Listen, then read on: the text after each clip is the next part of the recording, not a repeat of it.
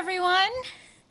I'm Dianne de las Casas with Once Upon a Story, and I am your sparkling new radio show host. I'm so excited.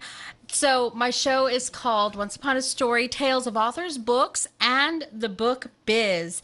And we're on New Orleans 102.3 WHIV. We honor independent voices. I'm an author of 28 books, a publisher, a speaker, and storyteller, the founder of Picture Book Month, and of course, as you know, a brand new radio show host. Yay! So, we're also streaming on Facebook Live. If you are on live with us, make sure you comment, say something, ask questions. I'd love to get those questions answered. I have a really great guest coming on too. I'm so excited.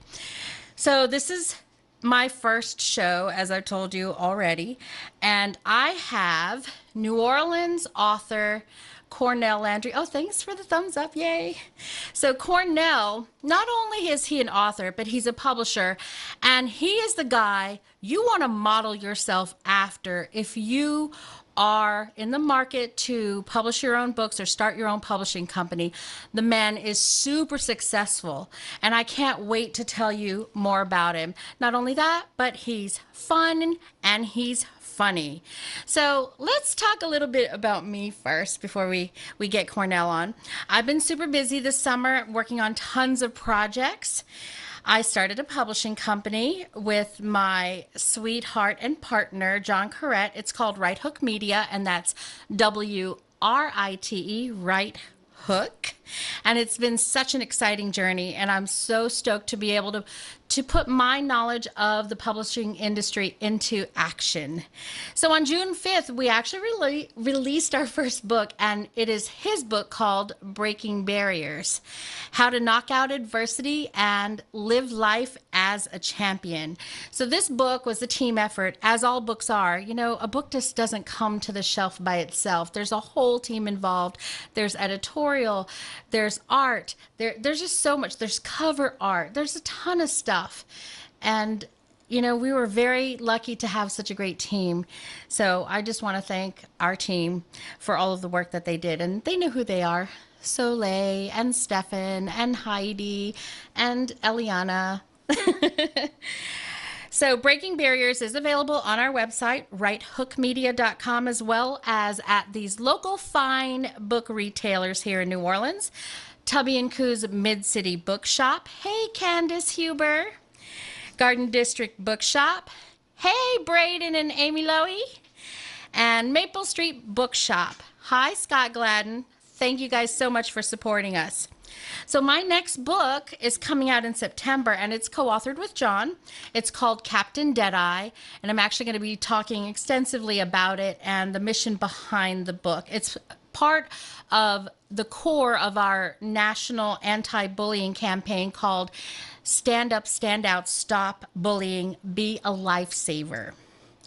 So John and I were both bullied as kids, and it's just an issue that's really near and dear to us.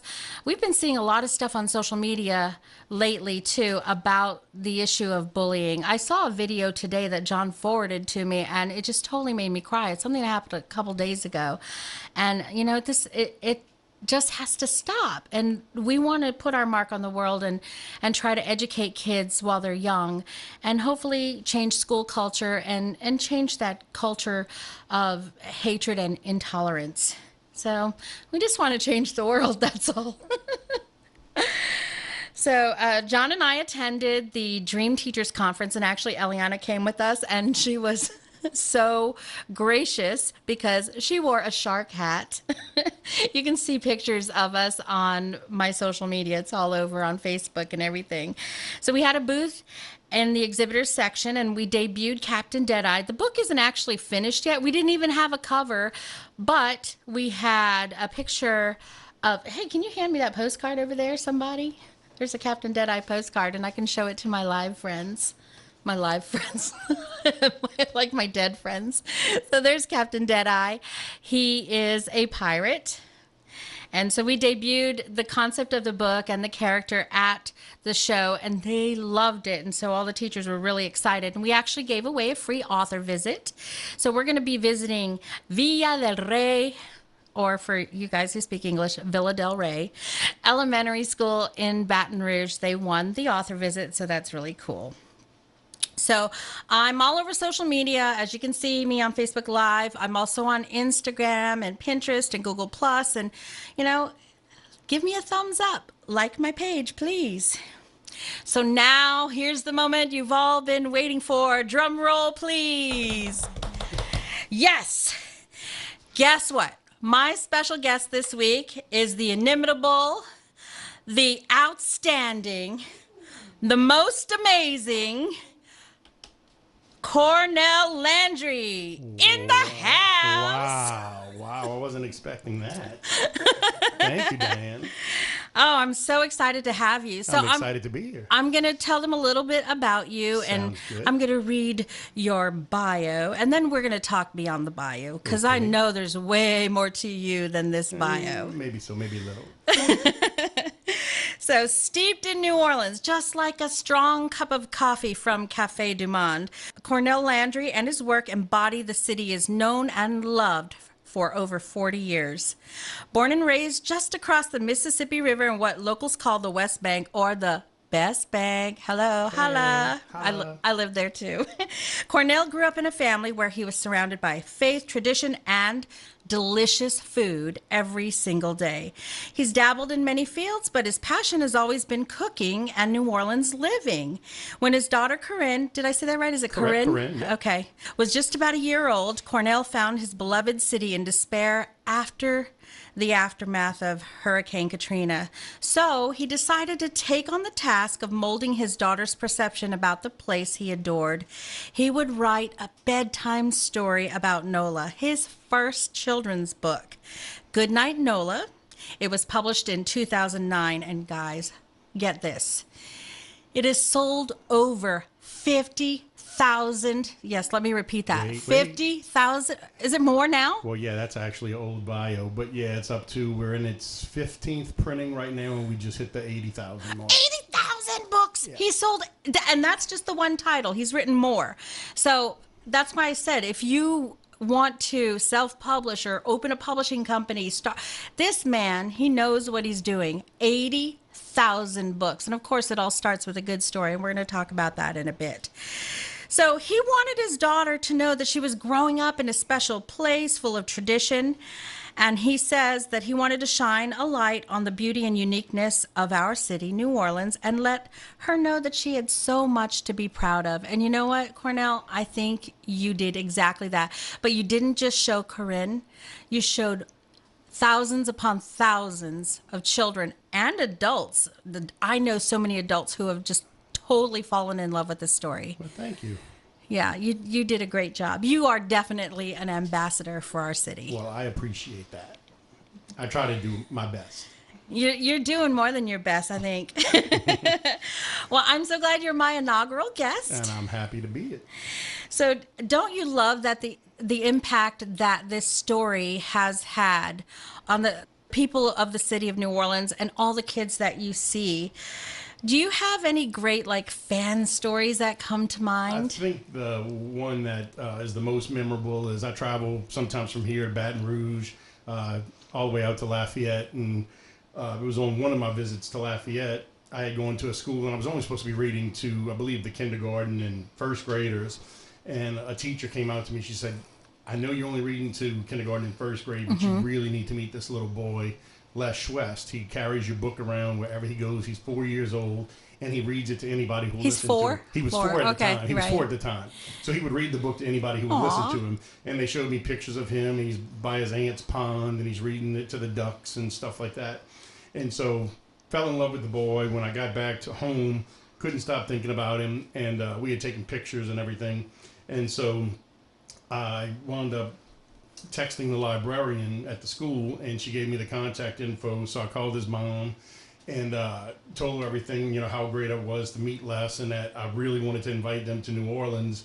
And we did everything in the book. They came to New Orleans. And Really? We went, oh, yeah, we went. Well, they wouldn't let us in Cooter Brown's. The Cooter's Fries, that's the one place they wouldn't let us go. So, well, maybe 4-year-olds go. Right, For those of you who don't know what Cooter Brown's is, it's a bar / restaurant, and so maybe 4-year-olds may not hang out. So there's a thing in the book that says in Cooter's Fries, and so they try to go do everything. You can take them to go. Well, right. So anyway, we ended up across the street next to Camellia Grill. We went to O. Henry's, and from there we got on the streetcar, and then we ended up in the French Quarter and went to the Cafe Du Monde. They got beignets. This is before U-Big's pies burned down. So it's so sad. I'm still saddened. Oh, me too. So he had U-Big's pies. He had a Lucky Dog. We have pictures with everything. He's got Lucky Dog. Wow. He had the U-Bigs. We did picture of the Natchez in the background, the cathedral, everything in the book. We did everything in the book. You know what? I want to go on the Goodnight Nola tour, food tour. Yes, I'm totally there. Pralines, everything. So why don't you tell us a little bit more about the book? I asked him to bring some books in, but he's out of. But I didn't have Goodnight Nola. But he does have Goodnight Cajun Land. That's the one I wrote for Les, the little boy I'm talking about. Really? As a matter of fact, I stayed in contact with him, and so he just made his 10th birthday. And so one of the visits about a year and a half ago, 2 years ago, I was at his house, and he asked me if I ever thought about writing a book like Goodnight Nola, but for Lafayette, where he's from. And so I told him, I said I had never really given it any thought. And then I had some friends who moved to Lafayette after Katrina, and they were giving me advice of things I should add and things I should take out of the book as we were toying around with it. And so it's kind of parallels the Goodnight Nola, but instead of the stuff that's in Goodnight Nola, it's in Cajun land. My stepdad is from Elton, Louisiana, totally Cajun, so I totally get it. So it says here, I dedicate this book to my biggest fan, Les Schwest. And it even tells a little story about how he met Les. How sweet is that? Yeah. So isn't that cool how a book can touch a life? And he was someone you didn't really know, right? And then he was 4 at the time. And now over the years, you've become dear friends with him and his family. Yep. That is so amazing. I love that. So I'm just going to show this to the people who are watching on Facebook Live. Look at all this good food. As you can tell, here in New Orleans, we don't just eat to live. We live to eat. Right. And a lot of our books reflect it. I write picture books too, and my very first picture book was the Cajun Cornbread Boy. So of course, there's a recipe for cornbread in it. Yes. Our books came out at the same time, so they were living on all the shelves in all the different stores side by side. So Cornell and I go back a little ways. Good night, seafood gumbo. Good night, étouffée. Bonne nuit, mes amis. Les le bon temps roulé. Aw, it's my storyteller voice. So why don't you tell us a little more about how you were inspired to write Goodnight Nola, the book that started it all? The Goodnight Nola came about with my daughter Corinne. She was sleeping, at different times every night. Like she would wake up at this time, go to bed at this time. So we made a decision. Driving Papa crazy. On our first birthday, once she turned 1, we would try to get the bedtime ritual down. And so we started off, and my wife had been doing it for about a week, and then Corinne's birthday is August 22nd, and the anniversary of Katrina is the 29th. So it was right around the 3rd anniversary of Hurricane Katrina is when her birthday was. So we started the routine, putting in their bed. So then a week into the routine, I was told that I was supposed to be doing it too. So as I was doing You're like, okay. I said, so what's the routine? She's like, well, we got to give her a bottle, bath bottle, get her books ready, and read to her, and then put her to bed. So, Goodnight Moon, everybody's had Goodnight Moon. That's been out since the 40s, and we were reading that. And then there was this one called Goodnight Gorilla. And that's the one that kind of threw me for a loop because I love that book I'm trying to so hold much. The baby, and I got the bottle, and I'm flipping pages, and then I'm like, did I miss something? Because there's no words on this page. It's like eyes staring at something. So then afterwards, I asked my wife. I said, "Are you serious? This is the book you have us reading to the child?" I said, "Are there no bedtime stories about New Orleans?"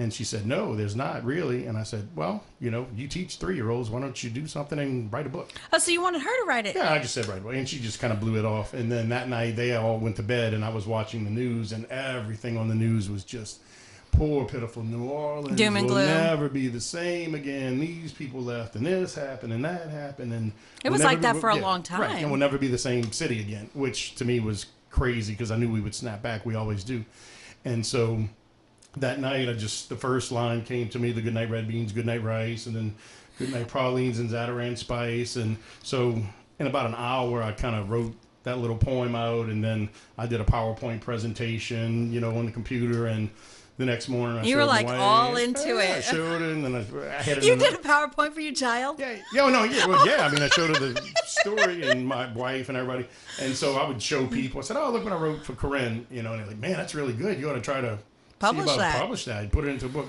So I had no idea how to do a book, so I looked online. How do you publish a children's book? Wait, didn't you send it to a traditional publisher at first? I did. This one main one that's got a bird that's our state bird on it. If we don't want to mention any names and make anybody mad.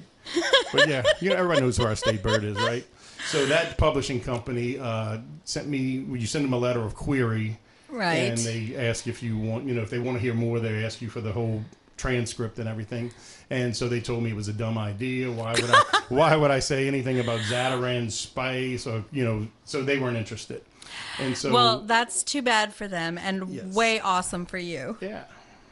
Sometimes when you get knocked down like that, it just puts a fire in your belly, right? Right. To want to make it a success. Yeah. So the way it came about was I had sold the house in Harvey, had like $10,000 worth of disposable income. I said I would put towards the project. Whatever it gets me, it gets me. And it just happened to get me 3,000 books. And so I was told that it would sell. That's maybe, really good. I mean, for a full hardcover. So hardcover, full color, Yep. front to back. And he even invested in one of my favorite things. Oh, they love this story. End papers. Yes, I love these end papers. Right. So we got 3,000 books, and we were told by the lady who helped us, who kind of walked us through the publishing process. She said that it would probably sell 12,000 books over 15 years.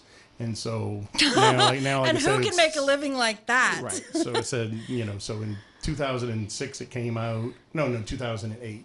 I'm sorry. It came out in 2008, somewhere around there. And now it's in its 15th printing, and we just hit the 80,000 mark. Amazing. 80,000 books. Like a traditional publisher would kill for those kinds of numbers. And here you are, a lone wolf, you didn't have like a huge staff No. but you did it. And I know that you were pounding the pavement Yes. at first, right? Yeah, I knocked on every door in New Orleans. If they were a maternity, bookstore, children's boutique. Anything they that got had to do with kids, they right? got knocked on. Yeah, the doors were knocked on. Pharmacy, anybody that sells anything that had anything to do with kids. And you know what? Toy stores. You did a great job, because when I would walk in the French Quarter, I was with a traditional publisher, and my books were in all the stores, but there was your book and right next to mine, and I'd be like, God, he is everywhere. And then I'd go to some stores and be like, wait, my book's not here, but his is.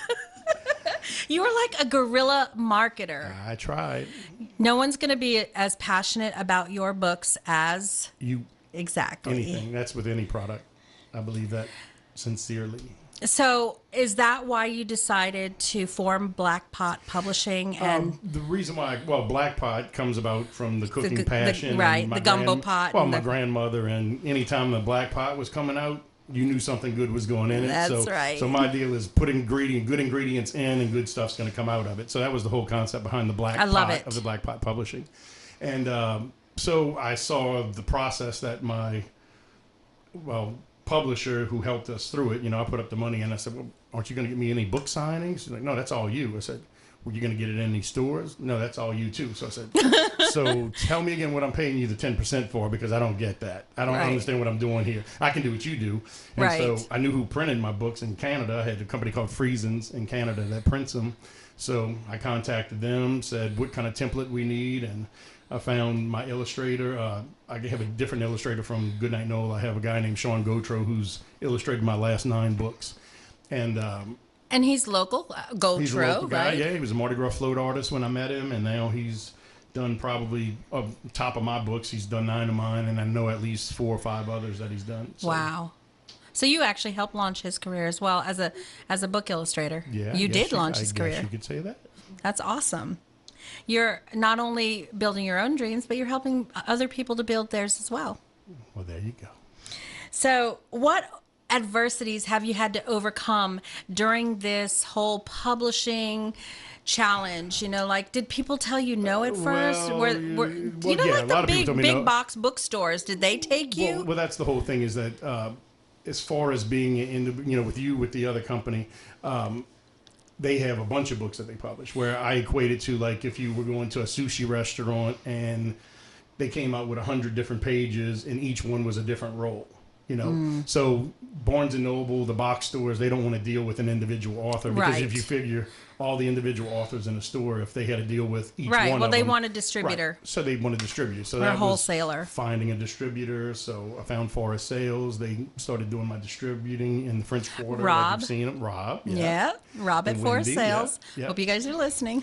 So yeah, they've done a great job as far as getting it out there, and they still handle all the sales for the Barnes and Nobles, the box stores type of stores. But other It's than nice that, to it's not me. have to also knock on all. I mean, there's so many different stores out there. So when you do get Correct. to that point and you get a distributor, you don't have to pound the pavement so hard like you Correct. did in the beginning. Yeah, I think it was a learning curve, learning all the different things, and then you think you're coming out with a good idea. Like the original first book I had written for Les was called "The Tiger and the Honey Badger Take on the Zoo." I remember that book. Yeah, so that came out the same time as Tyron Matthew got arrested. So Yeah. Cornell got stuck. It was unfortunate that happened. Cornell got stuck with about 5,000 books. See, there's a lesson learned, Yeah, my there you friends. go. So Angela Thomasy said she loves you and that you are so I talented. love her too. Ah, Hey, we have a Angie. lot of people who joined us. That's so cool. So, what is your advice to someone who wants to write a book but doesn't know where to begin? Don't do it. No, I'm teasing. No, it's first and foremost. I tell everybody if you think you're going to duplicate what I did, please don't even consider doing this. If you think that you're going to quit your job, your day job, and you're going to do this, don't do it. If you have to borrow money from a parent or somebody that you're never going to be able to pay back, don't do it. If you need to take out loans from the bank that you're not willing, if you're not willing to go to the casino and throw $20,000 down on all red or all black, Basically, it's know. a big gamble. You have to be willing to lose what you put into that's it. it. And right? if the success comes, it comes. If it doesn't, then no harm, no foul. You Right. knew what you were getting into. But kind you of have to thing. you have to be a marketing warrior to make it Correct. work. No, you have to be your brand. Yes. You have to be Dianne Dallas Casas. I have to be Cornell Landry. I'm knocking on the And there's room doors for and all saying, of hey, us. Yeah. this is my book. This is what I did. Here's me. Well, now- you got to sell yourself. As you come out with new books like Goodnight Cajun Land and like your Jazz Fest book, and you come out with other books, now your numbers speak for you. So Right. it's a little bit easier, I imagine, It is. today than it was in the beginning. It is. And so that gives hope to people. Yeah. Well, if you're just tuning in, you're listening to Once Upon a Story, and I am your sparkling host, Dianne de las Casas, on New Orleans 102.3 WHIV. We honor independent voices. And I have the extreme pleasure of interviewing my good friend, fellow author, and publisher, Cornell Landry. And he is giving us quite the education on publishing and self-publishing a book. It takes so much to get a book to the consumer, to the readers. And I love his journey. And he's so passionate about what he's doing. And not only that, but his books have such great messages. They really uplift us and, tell us how beautiful the city of New Orleans is and how beautiful our state of Louisiana is. I am so happy that you are my inaugural guest, Cornell. I am happy to. You're one of my favorite people. Aww. There's a lot of love in here in the story studio. So now this is your full-time job, right? Correct. So what did you do before this? Like, I know you must have had, you must have had some other skills that helped you get to this point because, like every job is kind of a stepping stone. So what else did you do? I did outside sales, which Oh, honed my sales skills. Thank goodness. I sold dictation equipment for Lanier Worldwide I remember Lanier. as dictation was going downhill, like when voice recognition software was coming out. So imagine I worked August- for attorneys. Okay, So exactly. yeah, I know Like, Lanier. right. So Yeah. imagine walking around in a three-piece suit in August. Not before- seersucker? before cell phones came out and Oh, using no. payphones. Yeah, that was rough. I sold cars for a little while prior to that, and then instead of doing the progression where I should have gotten into pharmaceutical sales, I went and managed nightclubs on Bourbon Street. Some of the Hey, you biggest know what? clubs But on Bourbon. I bet that taught you how to deal with personalities. Oh, there's a bunch of personalities down there that I dealt with. Yes, between the workers and the tourists and the locals. Yeah.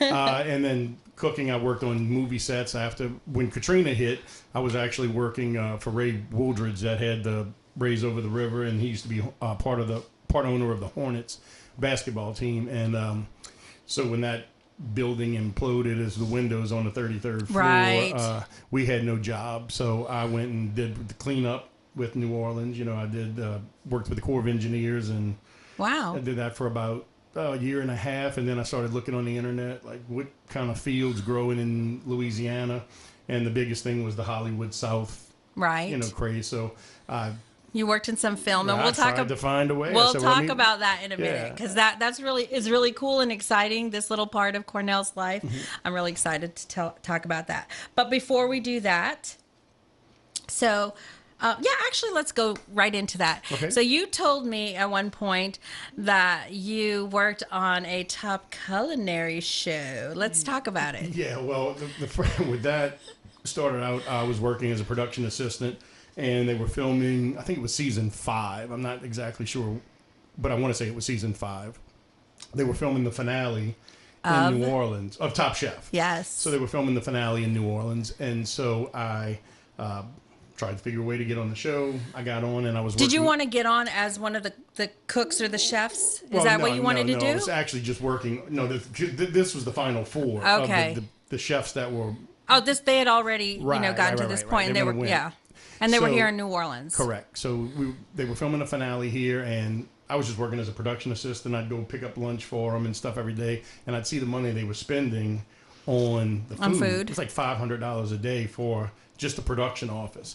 I said, look, I'm off tomorrow. I said, do me a favor, give me the $500, And I'll cook. I will go cook for you a spread and show you real New Orleans food. And so that's what I did. Cooked all kinds of Cajun dishes and I bet they went white chocolate crazy. bread pudding and all that kind of stuff. And then so the next day they're like, man, you were on the wrong side of the camera and definitely on the wrong team. So they put me on the culinary team. How After that, cool we is set up all the that? challenges. So then when the season 11, I believe it was, that filmed here in New Orleans the entire season, I was also on One the where culinary. Nina, she was here, and now Right. she's got her own restaurant, Nina LeCompte, right? Right. So I worked on that, went behind the scenes, set up all the challenges, and did what they call Last Chance Kitchen. When the people would get knocked off the show, they still had a chance to get back Yeah, the one on on the web. Correct. Right. Yeah, yeah. So I was the one that did the whole Last Chance Kitchen thing.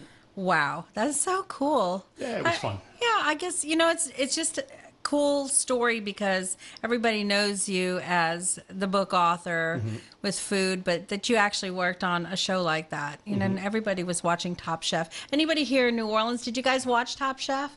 Let us know. And I actually watched the whole season because it was here in New Orleans, and they had some really great challenges. They did. Like making gumbo. Did you see? Like Leah Chase well, was one of the judges. Yeah, when Padma did the challenge thing and she put coconut milk, I said, That's not I gumbo. don't know what gumbo that is. But What kind of gumbo is that? And even our New Orleans guys, like Justin and Michael, their gumbos weren't. I don't know what they were I trying. want to say Kermit Ruffins was the judge on that one too. He was like, "This ain't gumbo." right. Yeah. I guess they were trying to be creative. Yeah. So I think it's always great to pay it forward, and that's why I love to teach people, how to write and how to get their books on the shelf. So what is some advice that you can give to someone who wants to self-publish or form their own publishing company? Actually, right now is probably the best time in history if you want to be able to do it because The you can technology. the technology, print on demand. I mean, Right. Amazon has Book Surge. There's a couple of other. There's print-on-demand Create Space, there's Ingram Spark, exactly. there's there's lots of. I mean, if you want to do a family cookbook and get it for 20 people, that kind of thing, but you can get as few as one copy, as many as thousands of copies. That's true. So And the that's, quality is so much higher Right. than it's ever been. yeah, I mean, I know I've visited some first grade classes that each kid does their own book and then they send it off and get printed, and so perfect time. If you ever wanted to do it, this is the time to do it for sure. Hey, I'm going to show some of your books to our friends on Facebook Live. One dat, two dat, are you a who dat? That's right. That was a fun one.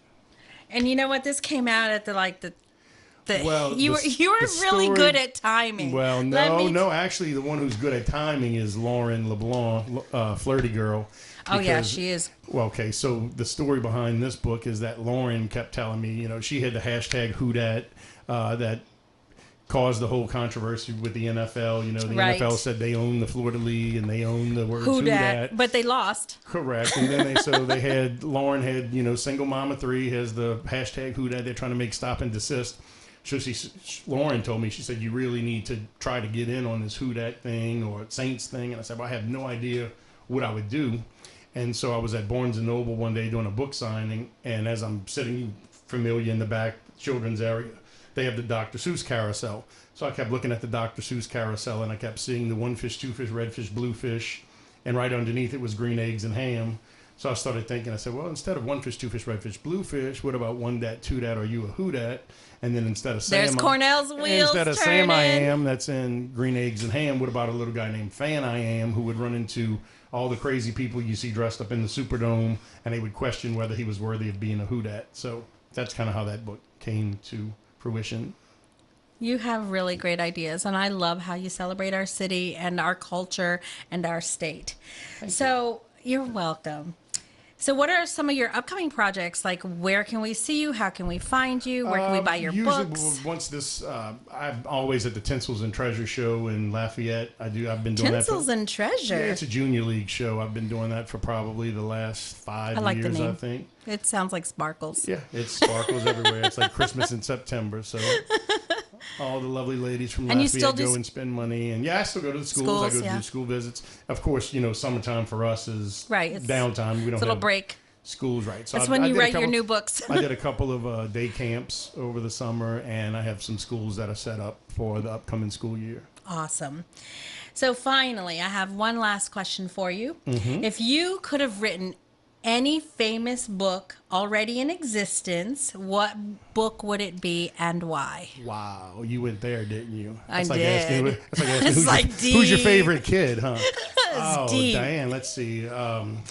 It would have to be a toss-up between On the Road by Jack Kerouac, Don Quixote by Cervantes, In Cold Blood by Truman Capote. I said one book. And I'm thinking, I'm trying to narrow it down here. Okay, I'd have to say A Confederacy of Dunces, because it's New Orleans and it's just the epitome of New Orleans. That story is one that I've read probably 5 or 6 times. And it's funny because that book was published posthumously after he died by his mom, right? She went to bat for, that's a great choice. Mm-hmm. And celebrates New Orleans. There you go.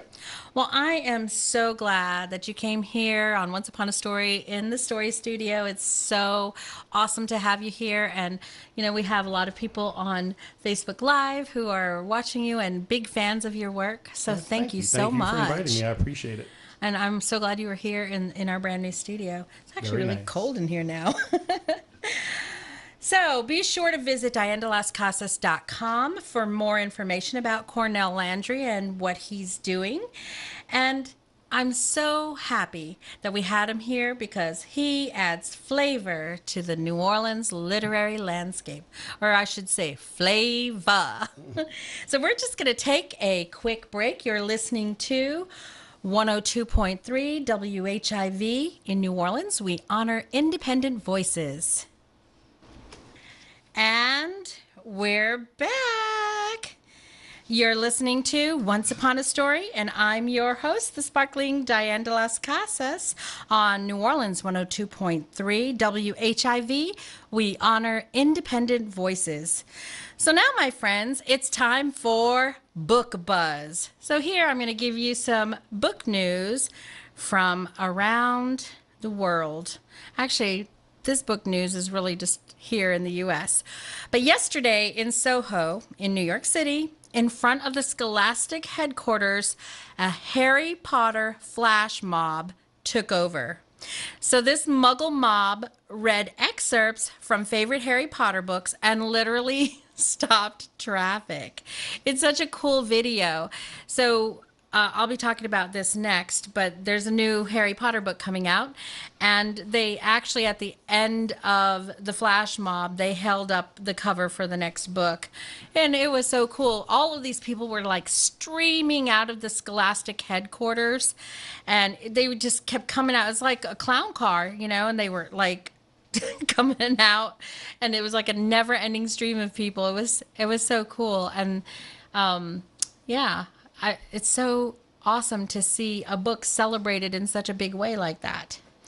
So if you didn't know, Scholastic is the U.S. publisher for the Harry Potter series, and J.K. Rowling's much anticipated book, Harry Potter the Cursed Child, releases on July 31st. It's book 8 of the Harry Potter dynasty. So I'm a huge Harry Potter fan. And yes, you will find me at the midnight release party on July 31st. So I think Barnes and Noble we crashed. Barnes and Noble across the nation is releasing this book on July 31st at midnight. And it's going to be a huge event. So, are you familiar with the Divergent series by Veronica Roth? Well, if you aren't, you've probably seen the movies in the theaters. Well, instead of releasing the last movie in the series, Ascendant, on the silver screen, the producers in the powers be decided to release it on television instead and create a spin-off series called Divergent. Duh. My guess is that the last couple of films didn't do as well as they had hoped.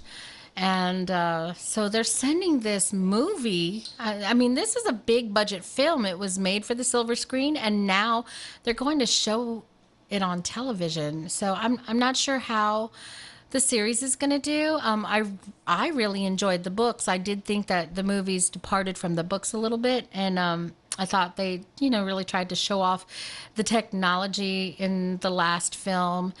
And I just hope that it does well. It's Veronica Roth, a fellow author, and I definitely want her to be successful. So hopefully it'll do well. So now I want to talk to you a little bit, and I alluded to this earlier, about my new book coming out, and it is being published by Right Hook Media, my publishing company, founded with my sweetheart and business partner, John Corrett, and it's called Captain Deadeye. The first book in the series is called The Bully Shark. So John, in the story, John is a 4th grader, and he goes to Oceanside Elementary. He has a lazy eye, and because of his lazy eye, he's bullied by a boy who calls himself Shark.